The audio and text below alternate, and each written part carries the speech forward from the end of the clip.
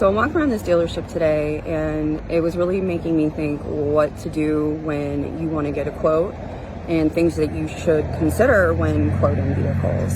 Nowadays, you realize that most cars, the average, are about $46,000, and the minimum liability limit in Ohio is $2,550, and that wouldn't be enough to cover you. So definitely always look into those higher limits. Another thing you want to consider is your deductibles.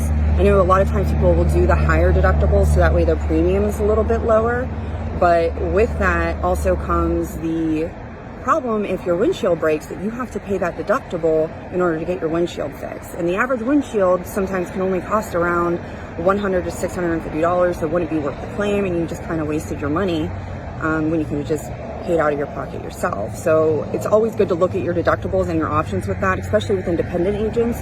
You can always search companies and other options and things like that to see if they have glass, a special glass endorsement, or if they have just a special deductible for glass. That's always something you want to look at too when you want to quote.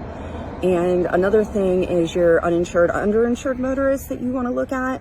A lot of people don't think that really makes sense because you have insurance, but somebody else might not, or they will, but they don't have enough to cover it. So that's there to protect you in case something happens. Another really important one that nobody ever thinks about is the medical payments. The medical payments cover you and anybody else in the car with you, and it also extends to you as a pedestrian if you get hit by a car. So it's always really good to have pretty higher limits on those as well.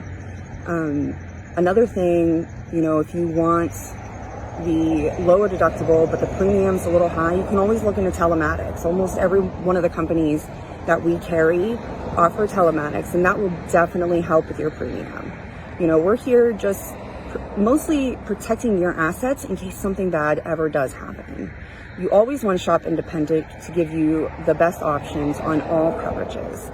So if you have any questions, don't hesitate to call our office.